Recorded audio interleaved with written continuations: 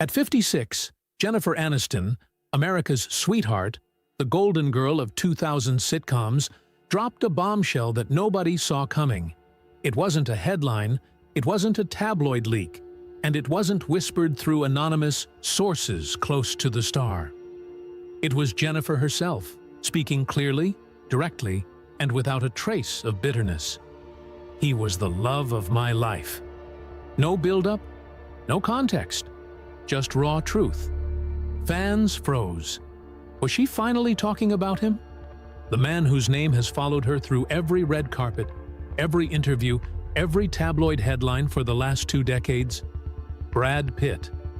But it wasn't just what she said. It was when she said it. Because for years, Jennifer Aniston stayed silent. Through the cheating rumors, through the Brangelina headlines, through the stories about how she didn't want kids, she stayed poised, polished, unshakable. Until now. Now she's talking. About her childhood trauma, her toxic relationship with her mother, the truth about why her marriages failed, and her struggle to have children. And in the middle of all that pain, one name still sits quietly at the center of it all. So what finally made Jennifer speak up after all this time? And what did she really mean when she called him the love of her life? To understand that, we need to go all the way back to where the wounds first began. Before the fame, before Friends, before the world fell in love with Rachel Green. Jennifer Aniston was a little girl growing up in a home that felt more like a war zone than a sanctuary. She was born in Sherman Oaks, California, the daughter of 2 actors, John Aniston and Nancy Dow. But despite the Hollywood roots, there was nothing glamorous about her early years. When she was just 9, her parents divorced. Her father disappeared from her life without warning. One day he was there, the next he was gone. But the real damage wasn't his absence. It was her mother's presence. Nancy Dow was beautiful, sharp, and impossibly critical.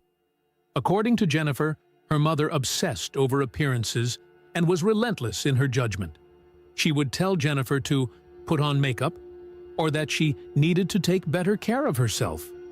Words that might sound small until you hear them every day from the one person who's supposed to build you up.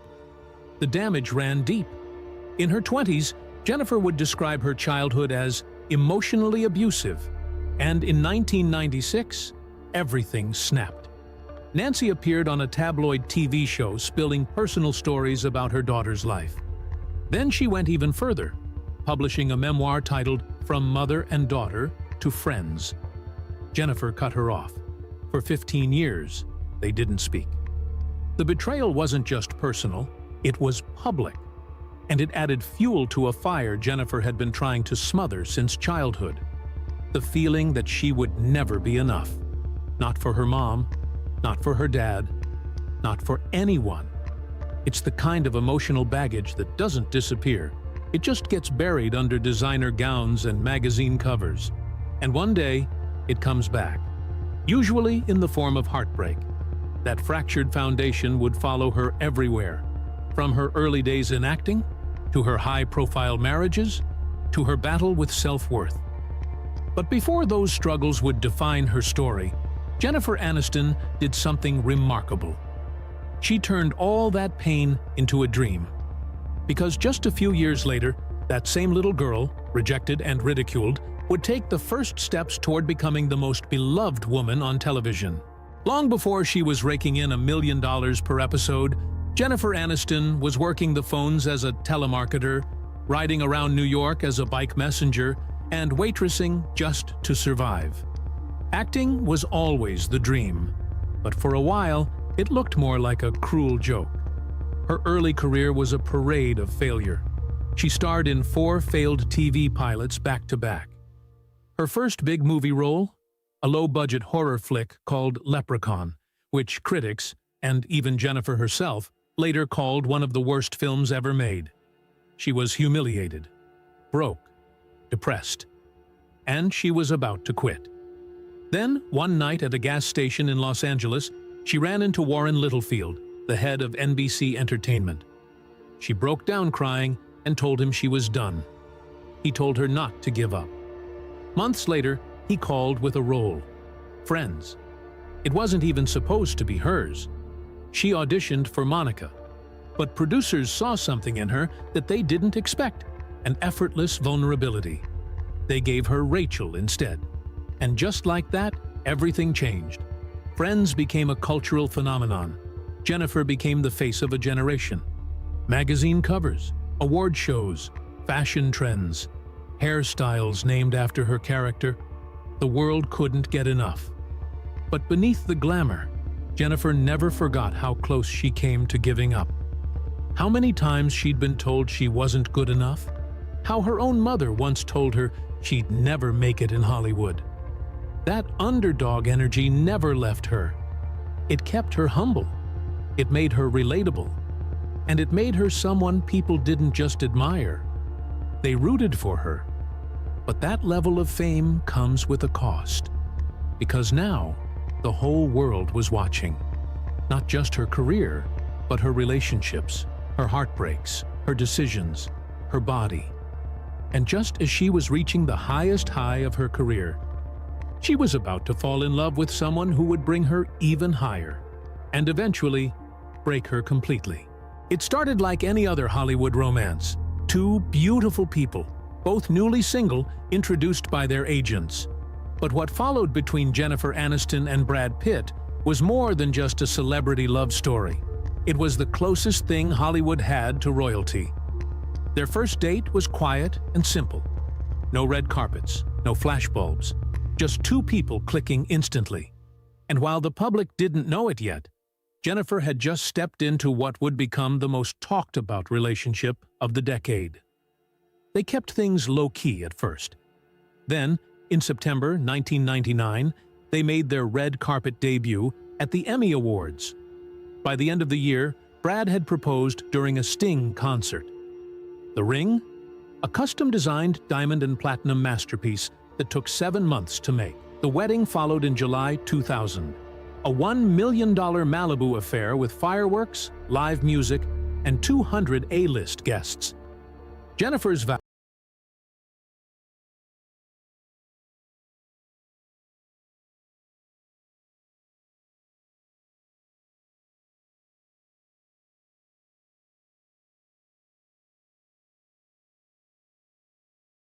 vows included a promise to always make Brad his favorite banana milkshake. Brad promised to split the difference on the thermostat. They weren't just glamorous. They were goofy, real, relatable, and the public couldn't get enough. They vacationed in the Seychelles, bought a $13 million home in Beverly Hills, even appeared on Friends, where Brad hilariously played a character who hated Rachel Green. But what made their love story feel different was how much Brad gushed about her. In interviews, he called her the love of my life, my angel, and the woman of my dreams. He spoke like a man who had found his forever. And Jennifer? She was glowing. Together, they co-founded Plan B Entertainment. They were building not just a home, but a future, a legacy. They talked about kids. They dreamed about slowing down to raise a family. On paper, it was perfect. But fairy tales, especially in Hollywood, don't always last. Behind the scenes, things were shifting. Brad was diving deeper into method acting and intense film roles. Jennifer was wrapping up Friends and dreaming of family life.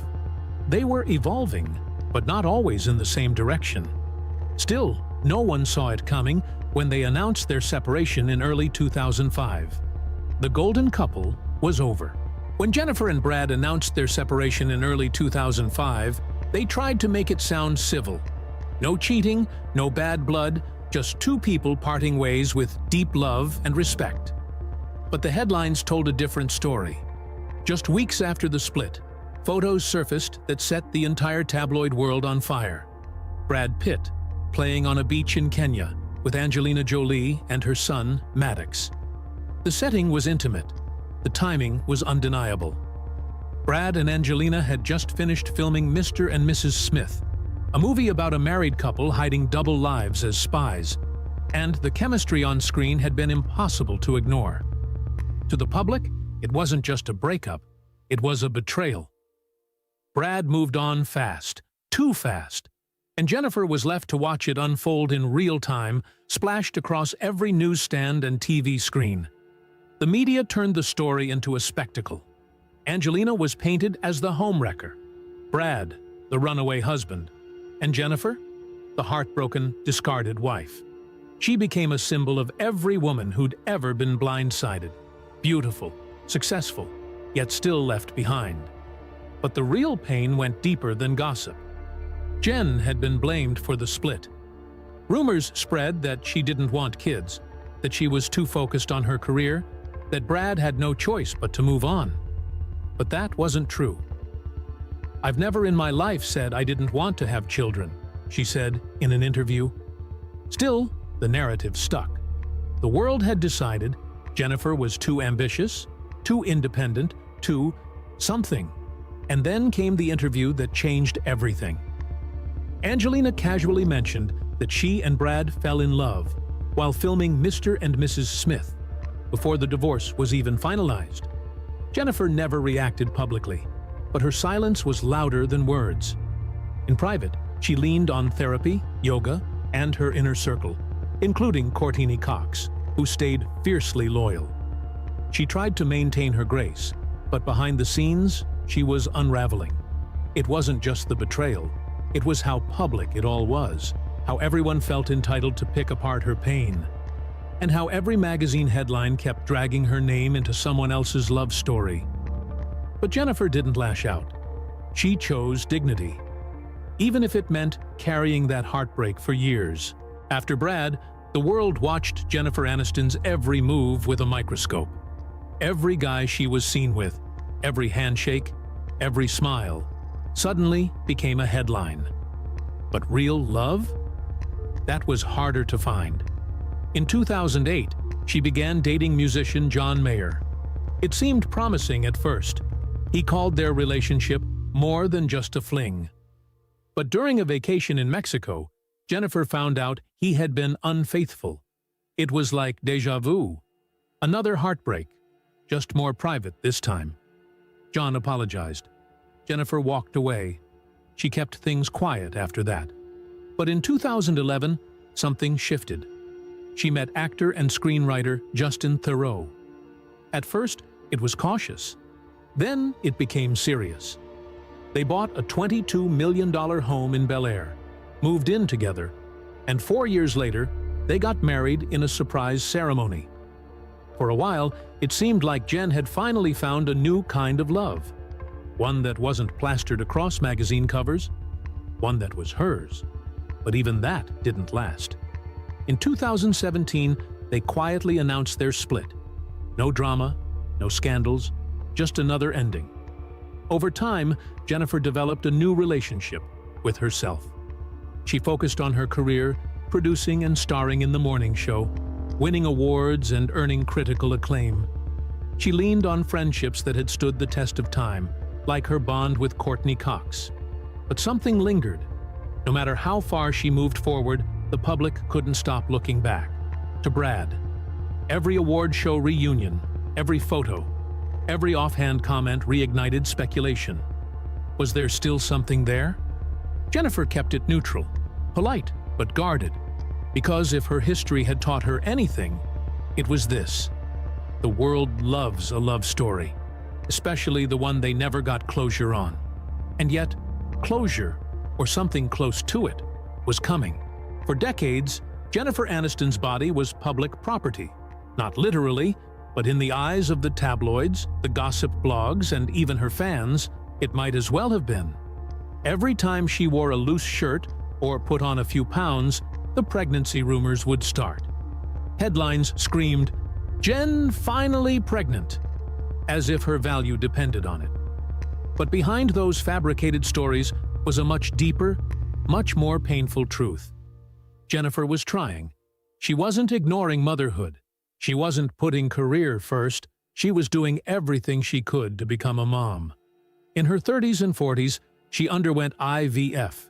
She drank Chinese fertility teas. She endured rounds of hormone treatments. All of it, quietly, privately. While the world accused her of being too selfish to have a child, the worst part? Nobody asked her. They just assumed. In 2016, Jennifer reached her breaking point. She published a powerful essay in the Huffington Post, slamming the media for the way it objectified and dehumanized women. For the record, she wrote, "I am not pregnant. What I am is fed up." Still, the rumors didn't stop. Finally, in 2022, she opened up in an interview with Allure. For the first time, she admitted what she'd kept private for so long. She had tried everything, but it didn't work, and now it was too late. She said if someone had told her to freeze her eggs in her 20s, she might have had a different story. But no one did, and now she had made peace with it. It wasn't easy, but in speaking the truth, Jennifer took back the narrative. She made it clear. She didn't fail. She wasn't broken. She simply walked a different path, one that society didn't always understand. And in doing so, she freed not just herself, but so many women who had been judged by the same impossible standard. Still, even with that peace, there was one final thread left hanging. The one thing Jennifer Aniston had never said, until now. It wasn't meant to be a headline, no dramatic setup, no exclusive cover story, just a quiet moment in an interview. Jennifer Aniston, now 56, reflecting on love, life, and everything in between. And then she said it. "He was the love of my life." No one had to ask who he was. The world already knew. It was Brad. After everything, the heartbreak, the betrayal, the rumors, the silence, Jennifer had finally said what so many had always suspected. But it wasn't said with bitterness. There was no edge in her voice, just honesty, clarity, and maybe even a little peace. It wasn't a declaration of regret. It wasn't a plea for reconciliation. It was something more powerful, a woman looking back and finally telling the truth, without needing to rewrite the story. Because here's the thing about first loves. Even when they end, they don't always leave. They become part of you, part of how you see the world, how you love others, how you survive loss. And Brad? He was that for her. They may never get back together. They may never rekindle what they had. But the respect, the affection, the shared history, it never disappeared. And over the years, that warmth has returned in quiet ways. A backstage laugh at the SAG Awards, a soft touch on the wrist, a smirk during a virtual table read. Moments that don't scream romance, but whisper, "I remember."